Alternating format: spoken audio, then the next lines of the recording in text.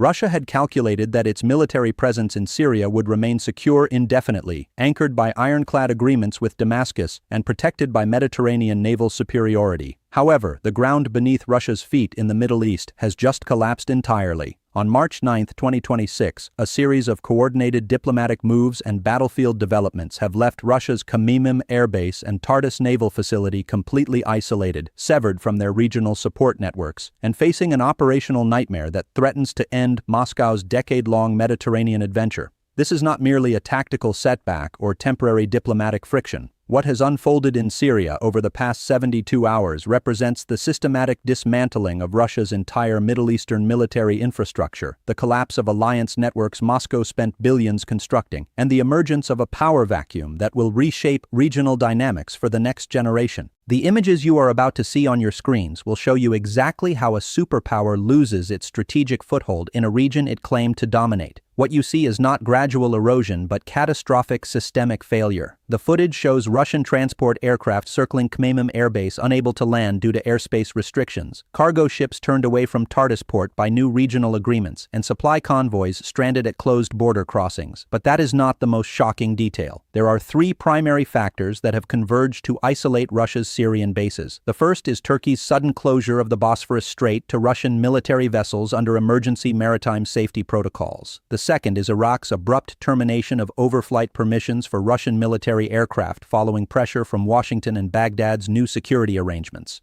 The third is Iran's shocking pivot toward accommodation with Gulf states that has left Russia without its primary regional logistics partner. We will examine each of these developments in detail, but first, to grasp the scale of this disaster, we need to look at where it all began. Now we descend to that first critical moment on March 7, 2026, when Turkey's Maritime Authority issued Emergency Declaration 2026-041. The location you see on the screen is the Bosphorus Strait, the narrow waterway connecting the Black Sea to the Mediterranean, which carries approximately 60% of Russia's military resupply traffic to Syria. At 600 hours local time, Turkish authorities announced immediate implementation of Article 20 provisions from the Montreux Convention, citing credible intelligence regarding potential naval incidents requiring enhanced safety protocols. Within 12 hours, 3 Russian Navy auxiliary vessels, the Sparta cargo ship, the Yauza tanker, and the Yelnya logistics vessel, were denied passage through the strait. These were not combat vessels, but essential supply ships carrying ammunition, spare parts, fuel, and critical maintenance equipment destined for Russia's bases in Latakia and Tartus provinces. The Turkish decision, presented as temporary emergency measure for maritime safety, came with no specified end date and no clear criteria for resumption of normal transit. According to reports from the Institute for the Study of War, this represents the first sustained closure of the Bosphorus to Russian military logistics since the Syrian intervention began in 2015. The timing was not coincidental. Turkish intelligence had coordinated with NATO allies to identify the optimal moment when Russian forces in Syria possessed minimal reserve stockpiles following recent intensive operations supporting Assad regime offensives in Idlib province. The technical implications of this closure are devastating for Russian operational sustainability. Russia's Khmeimim airbase in Latakia province and the Tartus naval facility represent Moscow's only permanent military installations outside the former Soviet space. Khmeimim hosts approximately 30 to 35 fixed-wing aircraft, including Su-34 fighter bombers, Su-35 air superiority fighters, and Su-25 ground attack aircraft. The base also maintains 8 to 10 Mi-24 and Mi-28 attack helicopters, sophisticated S-400 air defense systems covering a 400-kilometer radius, and an electronic warfare battalion equipped with Krasuka 4 systems. Tartus Naval Facility, expanded significantly between 2017 and 2024, can accommodate vessels up to 100,000 tons displacement and serves as the Russian Navy's primary Mediterranean maintenance and logistics hub.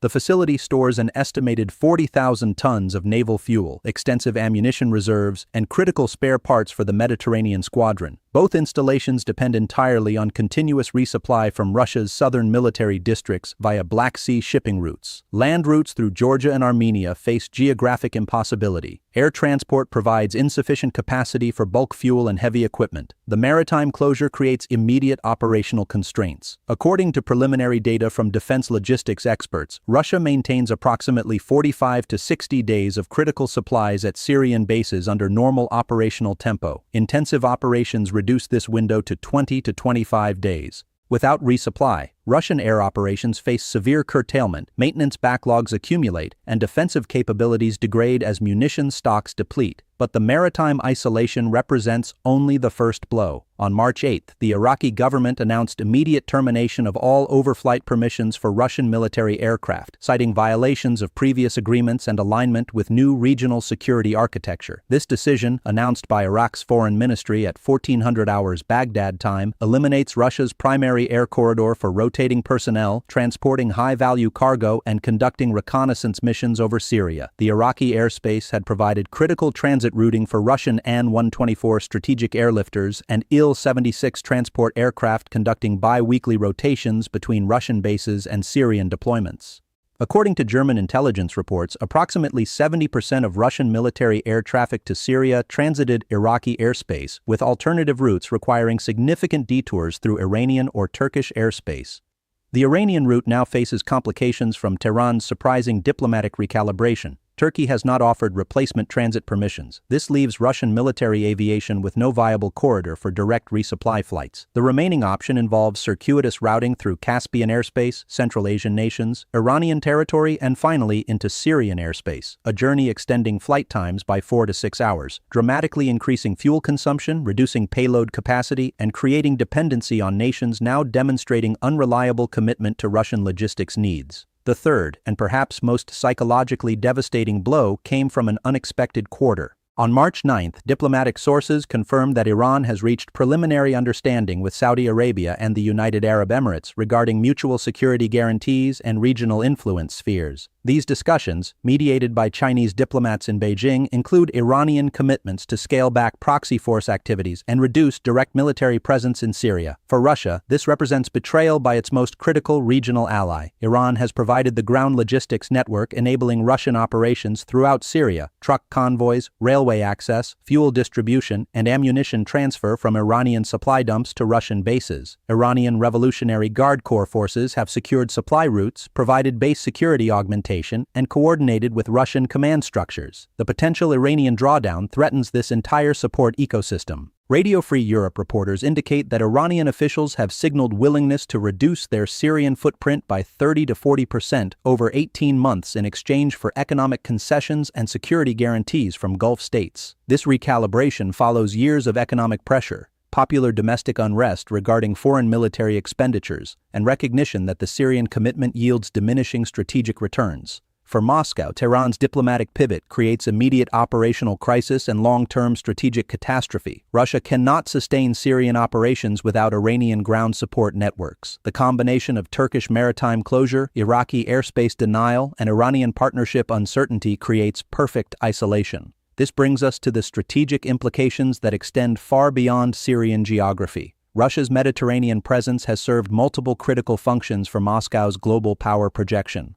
The Tartus naval facility provides essential maintenance and logistics support for Russian naval operations across the Mediterranean, enabling forward deployment of submarines, surface combatants, and auxiliary vessels without return voyages to Black Sea ports. The base has supported Russian naval activities ranging from surveillance of NATO exercises to power projection demonstrations near Libya and periodic transit access to the Suez Canal. Khmeimim Air Base has enabled Russian air forces to conduct combat operations, test advanced weapon systems in real-world conditions, and maintain credible military presence near Europe's southern flank and the Middle East's northern tier. The bases have generated diplomatic leverage throughout the region, providing Moscow with military presence justifying involvement in regional security discussions, arms sales negotiations, and energy partnerships. The sudden isolation of these installations strips away these strategic benefits simultaneously. Russian vessels now face extended voyages from Black Sea ports for Mediterranean operations, reducing on-station time and operational flexibility. Air forces lose forward positioning that enabled rapid response and sustained operations. Most critically, Russia's regional diplomatic influence evaporates when military presence appears vulnerable to logistical severance rather than projecting strength and permanence. The economic dimensions compound the strategic catastrophe. According to data from the Center for Strategic and International Studies, Russia's Russia has invested approximately $8 billion in Syrian base infrastructure since 2015. This includes runway extensions at Khmeimim, construction of hardened aircraft shelters, installation of advanced air defense systems, expansion of Tartus port facilities to accommodate larger vessels, development of fuel storage infrastructure, and construction of permanent housing and support facilities. These investments assumed long-term access and operational sustainability. The current isolation threatens to render these sunk costs completely wasted. Beyond infrastructure investment, Russia maintains approximately 4,000 to 5,500 military personnel at Syrian installations, with associated annual operating costs estimated at $4 billion.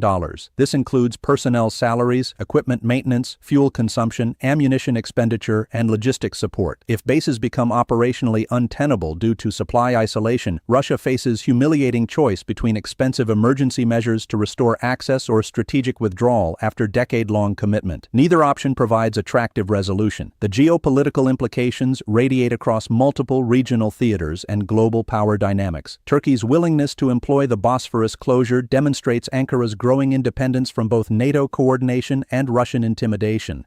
President Erdogan has calculated that Turkey can leverage geographic choke point control for maximum diplomatic advantage while facing minimal Russian retaliation options. Turkey controls Russia's maritime access to the Mediterranean, and Moscow lacks credible means to compel Turkish compliance beyond economic pressure that risks driving Ankara further toward Western alignment. Iraq's termination of overflight permissions signals Baghdad's recalibration toward Washington and away from Moscow following years of hedging between American and Russian interests. The decision reflects Iraq's assessment that Russian influence has peaked while American military and economic engagement provides more sustainable partnership. This shift has profound implications for regional balance, suggesting that nations previously attempting neutrality between Washington and Moscow are concluding that Russian power faces irreversible decline.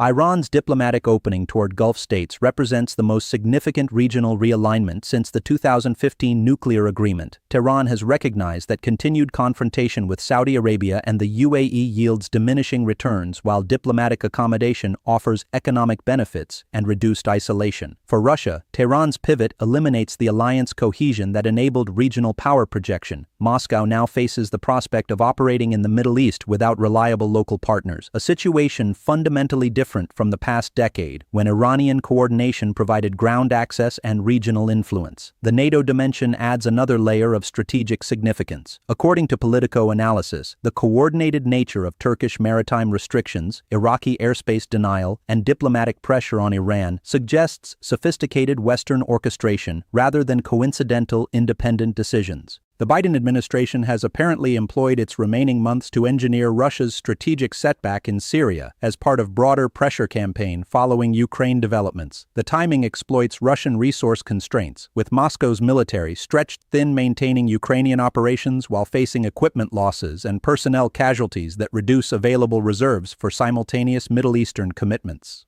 NATO intelligence services have identified Russian vulnerability in Syria and coordinated partner actions to exploit this weakness systematically. Turkey's role is particularly crucial, as Ankara remains NATO member despite periodic tensions with Washington and Brussels. The Bosphorus closure demonstrates that when Turkish interests align with broader alliance objectives, Ankara can deliver strategic effects impossible for other NATO members to achieve.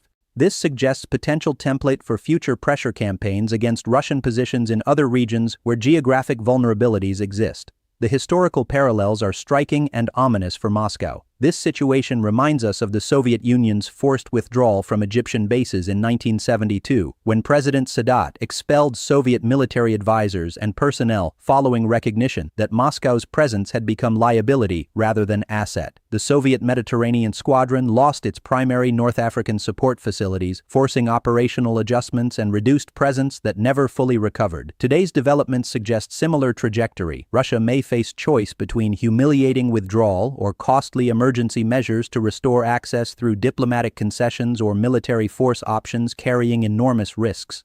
The Soviet precedent demonstrates that regional powers willing to terminate security relationships can force superpower retrenchment regardless of prior investments and commitments. Russia now finds itself in nearly identical position to the Soviet Union 54 years ago, overextended, diplomatically isolated, and facing partners willing to terminate relationships previously assumed permanent. Now we must examine the human and psychological dimensions of this unfolding crisis. Inside Khmeimim Air Base and Tartus Naval Facility, approximately 4,500 Russian military personnel are processing the implications of their sudden isolation. These are not merely statistics but individual soldiers, pilots, naval personnel, and technical specialists who volunteered for foreign deployment with assurances of robust logistics support and clear mission objectives. According to sources with access to Russian military communications, morale at both facilities has declined sharply since March 7th as personnel recognize their supply situation has become precarious. The initial Turkish announcement prompted emergency meetings among base commanders attempting to assess reserve stockpiles and develop rationing protocols. Within Russian Ministry of Defense headquarters in Moscow, senior officials face uncomfortable briefings acknowledging that decade-long Syrian commitment may have reached sustainability crisis. These are career officers who championed Middle Eastern intervention, secured budgets for base expansion, and promised political leadership that Syrian presence would enhance Russian global standing indefinitely. The current isolation reveals these assurances as optimistic miscalculations divorced from realistic assessment of geographic vulnerabilities and partner reliability. The psychological impact extends to Russia's defense establishment and national prestige. For 10 years, Russian state media has showcased Syrian operations as demonstration of restored military power and global reach. Television broadcasts featured advanced aircraft conducting strikes, naval vessels transiting the Mediterranean, and military ceremonies at permanent foreign bases. The narrative emphasized that Russia had returned as major power with worldwide military presence comparable to Soviet-era capabilities. This storyline served domestic political functions, validating defense expenditures and supporting nationalist messaging about Russia's great power status. The sudden revelation that this carefully constructed presence can be isolated through diplomatic and geographic chokepoint manipulation undermines the entire narrative. Russian citizens who believed their nation had secured permanent strategic position now witness vulnerability and potential humiliation. The psychological blow extends beyond military circles to broader Russian society invested in restoration of superpower status. The Syrian bases symbolize this restoration. Their isolation suggests the restoration was superficial, dependent on factors beyond Russian control, and potentially reversible through actions of smaller regional powers. For President Vladimir Putin personally, the Syrian situation creates acute political pressure. Putin championed the 2015 intervention, overriding military advisors who warned about resource constraints and uncertain endgame. The decision to intervene was presented as bold strategic move establishing Russian influence in region from which Moscow had been excluded since Soviet collapse. Putin's prestige became directly linked to Syrian operations' success. The current crisis threatens to convert Putin's signature foreign policy achievement into costly failure. The Kremlin faces difficult decisions with no attractive options. Attempting to force open the Bosphorus through military pressure on Turkey risks NATO confrontation that Russia cannot afford given Ukrainian commitments. Offering diplomatic concessions to restore access signals weakness and invites additional demands. Withdrawing from Syria represents admission of defeat and waste of resources. Attempting to sustain bases through emergency airlift using circuitous routes proves economically unsustainable over extended periods. Putin's decision-making process now involves choosing least bad option among an array of unfavorable alternatives. This represents dramatic reversal from 2015, when Syrian intervention appeared to offer low-cost opportunity for influence expansion. The man who sought to restore Russian power through Middle Eastern presence now confronts the limits of that power when regional partners defect and geographic realities constrain options. Looking forward, the coming weeks and months will determine whether Russia's Syrian presence survives or faces ignominious conclusion. In the short term, expect Russian diplomatic offensive attempting to restore access through negotiations with Turkey, Iraq, and Iran. Moscow will offer economic incentives, security guarantees, and political concessions aimed at reopening supply corridors. The Kremlin may threaten economic retaliation against Turkey, including tourism restrictions, agricultural import bans, and energy supply manipulation. These pressure tactics face limited effectiveness given Turkey's economic resilience and recognition that Russia needs Turkish cooperation more than Ankara requires Russian approval. Iraq faces similar calculus, recognizing that alignment with Washington provides more sustainable benefits than accommodation of Russian demands. Iran's position is more complex, as Tehran maintains equities in Russian partnership but increasingly prioritizes Gulf rapprochement and sanctions relief over Syrian commitments.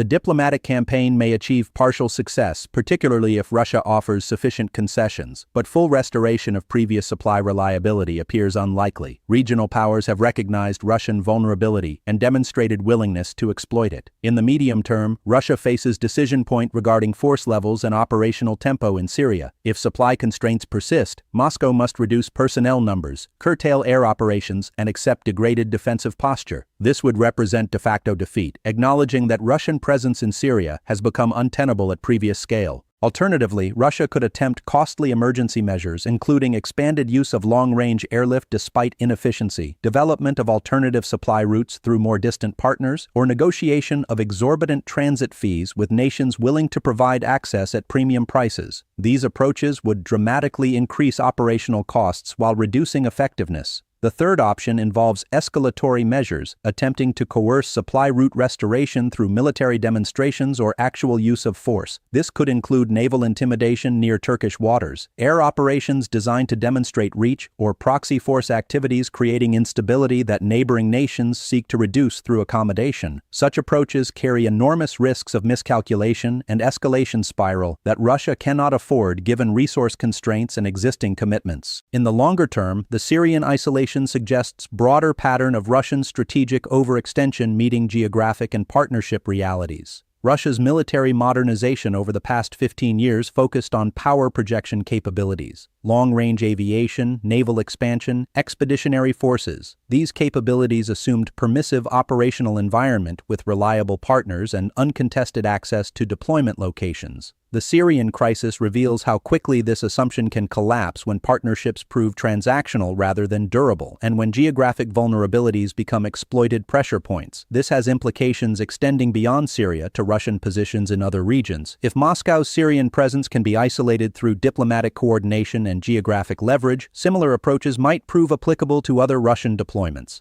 The lesson for Washington and allied capitals is clear. Russian power projection depends on factors beyond Moscow's control, creating vulnerabilities that strategic patience and coordination can exploit effectively. The Syrian developments may also accelerate Russia's strategic reorientation toward Asia and away from Mediterranean ambitions. If Middle Eastern presence proves unsustainable, Moscow may redirect resources toward consolidating positions in Central Asia, expanding Arctic presence, or deepening partnerships with China and other Asian nations less susceptible to Western diplomatic pressure. This would represent significant geopolitical shift, acknowledging Russian limitation to operating primarily within Eurasian heartland, rather than projecting power globally. Such reorientation would validate Western strategy of imposing costs on Russian adventurism while demonstrating that Moscow's resources cannot sustain simultaneous commitments across multiple theaters. The Mediterranean has historically represented a crucial arena for great power competition. Russia's potential forced withdrawal would leave NATO and regional powers without serious rival for naval and air dominance throughout the sea. The strategic implications would reshape security calculations from Gibraltar to the Levant. The question now becomes whether Russia can reverse this catastrophic isolation, or whether March 2026 will be remembered as the month Moscow's Middle Eastern ambitions collapsed.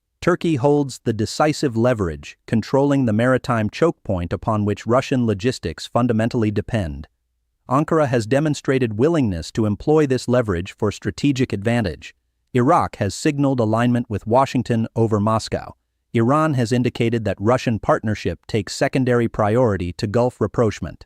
These are not temporary tactical adjustments but potentially permanent strategic recalibrations, reflecting assessments that Russian power has peaked and faces inevitable decline. Russia's ability to restore its Syrian position depends on reversing these assessments through demonstration of power and resilience that current circumstances make nearly impossible to achieve. Moscow faces the nightmare scenario of watching decade-long investment unravel due to factors beyond military force and economic pressure. So what happens now? The images coming from Khmeimim and Tartus over the next 30 days will tell us whether this isolation proves temporary inconvenience or permanent strategic defeat. Watch for Russian diplomatic activity in Ankara, Baghdad, and Tehran attempting to restore access through negotiation and concession. Watch for potential Russian escalatory measures attempting to coerce cooperation through intimidation or forced demonstration. Watch for possible Russian drawdown announcements framed as strategic adjustment rather than admission of failure. Most importantly, watch whether Turkey, Iraq, and Iran maintain their current positions or yield to Russian pressure. Their decisions will determine whether Russia retains Middle Eastern presence or faces humiliating withdrawal after 10-year commitment. The cold reality is that Russia has discovered the limits of military power when geography and partnership reliability work against you. No amount of advanced aircraft or naval vessels overcomes the fundamental vulnerability of depending on others for access to your own bases. Putin gambled that Syrian intervention would restore Russian influence. He now confronts the possibility that this gamble has failed, that the bases he built can become isolated prisons rather than platforms for power projection, and that the prestige he sought to gain may convert into humiliation he cannot escape. The airspace restrictions and maritime closures you have witnessed represent something far larger than logistics disruption. They represent the systematic isolation of Russian power in a region Moscow claimed to dominate. What began on March 7th with a Turkish maritime safety announcement has cascaded into comprehensive severance of supply lines, elimination of partnership reliability, and exposure of strategic vulnerabilities that may prove fatal to Russia's Mediterranean ambitions. We eagerly await to see how this unfolds, but the trajectory appears increasingly clear. Russia's Syrian adventure, once celebrated as demonstration of restored power, now faces potential conclusion marked not by military defeat but by geographic and diplomatic isolation that proves equally decisive. The bases remain physically intact, but isolated bases without supplies become monuments to strategic failure rather than instruments of power projection. What are your thoughts on Russia's isolation in Syria and whether Moscow can reverse this situation? Don't forget to share your perspectives in the comments section. Don't forget to subscribe to our channel and like our video. The coming weeks will determine whether Russia maintains its Middle Eastern presence or faces withdrawal after a decade of investment. At TGN, we will keep following every development in this unfolding strategic crisis. Presented by TGN. Thank you for choosing us.